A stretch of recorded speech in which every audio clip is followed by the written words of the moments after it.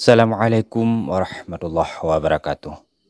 Sedulurku dan syedaralun, keriting daun pada tanaman cabai merupakan salah satu penyakit utama pada tanaman cabai yang cukup membuat kita trauma dan kehabisan ide untuk menanganinya. Karena kenapa? Sedikit saja lengah dia muncul meninggalkan bekas luka yang cukup lama. Ketika sudah terserang, barulah kita disibukkan untuk mencarikan solusi-solusi untuk pengendalian. Bagaimana cara mengatasinya? Dan sekalipun begitu banyak langkah-langkah treatment yang kita kerjakan, namun terkadang hasil yang diberikan dari tindakan pengendalian tersebut tidak semaksimal seperti yang kita harapkan. Maka oleh karenanya, sedulurku dan syedaralun, pada kesempatan hari ini mari sama-sama kita sedikit mengulang untuk dapat memahami beberapa penyebab utama dari keriting daun pada tanaman cabai kita. Namun sebelumnya, apa kabar semuanya sedulurku dan syedaralun? Semoga baik-baik saja dan itu adalah harapan kita. Dan selamat beraktivitas bagi yang sedang bekerja. Semoga selalu dimudahkan dan dijadikan rezekinya semakin cuan oleh Yang Maha Kuasa. Amin ya rabbal alamin. Dan langsung saja, menurut kami beberapa faktor yang menyebabkan keriting pada tanaman cabai itu antara lain adalah kondisi alam. Ini faktor paling penentunya. Dan kondisi alam ini juga terbagi pada dua kategori. Pertama, kondisi alam secara alamiah, kemudian kondisi alam karena sumber daya manusianya. Nah, kita berbicara sumber daya manusia terlebih dahulu, karena sebelum kita belajar lebih banyak, kita perlu menyalahkan diri kita sendiri. Kita adalah pelaku, kita adalah sumber daya dari proses budidaya tanaman cabai ini. Lalu apa salahnya kita di sini? Kita sadari ataupun tidak, kita akui ataupun tidak, sebagai pelaku daripada tahapan budidaya tanaman, apalagi tanaman cabai ini kita tanami di lahan bekas. Sebelumnya lahan ini juga kita tanami tanaman cabai, dan tentunya di proses budidaya sebelumnya tanaman yang kita rawat itu juga sempat diserang oleh yang namanya keriting. Maka ketika proses budidaya yang lama telah selesai, kita memasuki ke tahapan penanaman sekarang. Ini ada yang namanya proses mengolah lahan. Kesalahan kita terjadi tepatnya pada saat proses olah dan mengolah lahan itu. Di mana letak kesalahan kita? Di periode sebelumnya tentunya tanaman kita sempat terserang yang namanya keriting. Kemudian di saat proses pengolahan lahan, ini yang kita kerjakan sebenarnya bukan membasmi dan menghilangkan sumber masalah, sumber daripada penyakit yang dapat menyebabkan keriting itu. Yang kita kerjakan adalah menimbun dan membungkus rapi sumber daripada keriting. Biar lebih mudah dipahami, keriting itu disebabkan oleh salah satunya adalah tungau. Tungau itu kemudian hinggap di tanah, berkembang biak di tanah. Dan pada saat proses olah lahan tersebut, kita tidak membasmi si tungaunya terlebih dahulu. Kita hanya melakukan proses pencangkulan, pemberian nutrisi tanah. Sementara kita lupa melakukan sterilisasi, lupa menetralkan tanah-tanah kita. Sehingga tungau-tungau tersebut tetap berkembang di tanah bedengan yang kemudian kita balut dengan mulsa. Ini akan semakin mempercepat proses perkembangannya.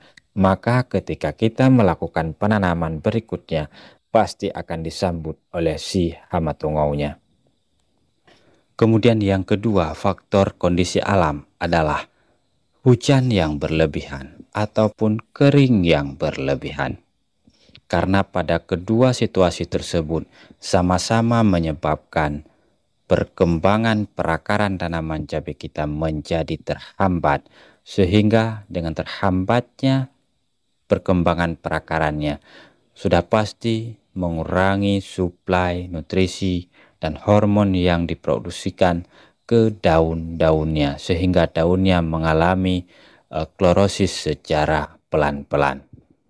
Apalagi seperti yang kami alami saat ini, hujan yang terus-menerus menyebabkan bedengan kami sering terendam. Itu menyebabkan perakaran rusak, kemudian pH tanah menurun. Dan jelas perakaran yang rusak, pH tanah yang menurun menyebabkan sistem penyerapan nutrisi tanaman menjadi tidak baik. Maka oleh karenanya disambut pula oleh faktor yang ketiga yang dapat menyebabkan keriting, yaitu tidak seimbangnya unsur hara dan nutrisi yang dibutuhkan oleh si tanaman tersebut. Beberapa unsur hara yang sangat dibutuhkan oleh tanaman cabai itu adalah unsur hara dari nitrogen, kemudian ada fosfat, kemudian ada juga kaliumnya.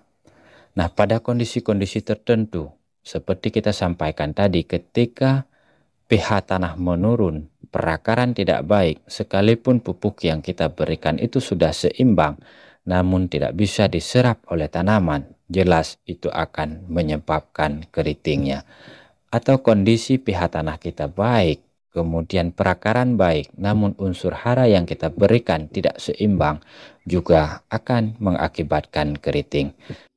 Kemudian faktor selanjutnya yang menyebabkan keriting pada daun tanaman cabai adalah gangguan dari serangan hama perusak tanaman. Pada kasus ini, hama perusak tanaman yang dimaksud adalah tungau dan trip. Keduanya ini adalah makhluk halus yang memberikan dampak yang cukup besar sekali. Untuk membedakan keduanya, pertama untuk tungau. Ciri-ciri tanaman cabai yang terserang tungau itu daunnya akan mengeras, kemudian mengerucut dan menggulung ke bawah. Ini adalah serangan tungau. Sebaliknya, daun cabai yang mengeras, mengerucut dan menggulung ke atas itu adalah ciri-ciri daun yang diserang oleh hama trip. Keduanya memang tidak terlihat, keduanya bekerja sangat cepat. Dan keduanya jelas merusak daun tanaman cabai, merusak klorofil dari daun tanaman kita, dan kemudian juga akan menyebabkan kerontokan bunga pada tanaman kita. Maka untuk langkah-langkah penanganan yang sudah terserang, pertama sekali adalah memastikan keseimbangan unsur haranya, terutama unsur hara nitrogen, fosfat, dan kaliumnya.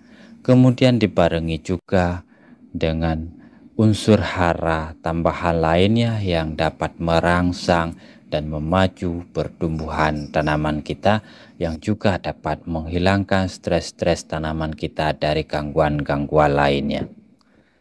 Dan tidak lupa pula untuk pengendalian kimia dari trip dan tungau itu, sebaiknya kita selalu memastikan, selalu memantau dan merutinkan penyemprotan-penyemprotan kimia dengan menggunakan insektisida yang berbahan aktif abamectin misalkan, yang berbahan aktif imidacloprid misalkan, untuk mengendalikan hama trip dan hama tungaunya.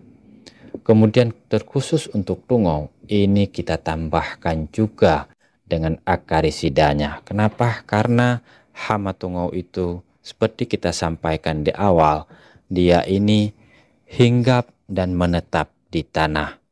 Dan kemudian dia juga bisa merusak akar dari tanaman cabai kita. Maka tambahkan akarisida untuk dapat mengendalikan tungau tersebut. Dan akarisida yang paling umum yang bisa dipergunakan untuk pengendalian tungau adalah akarisida yang berbahan aktif diaventuron dan juga piridaben. Pilih salah satu dari keduanya. Nah, Sederalun, demikian saja yang dapat kita sampaikan mengenai keriting. dan ini murni pendapat kami, murni argumen kami berdasarkan pemahaman yang kami miliki.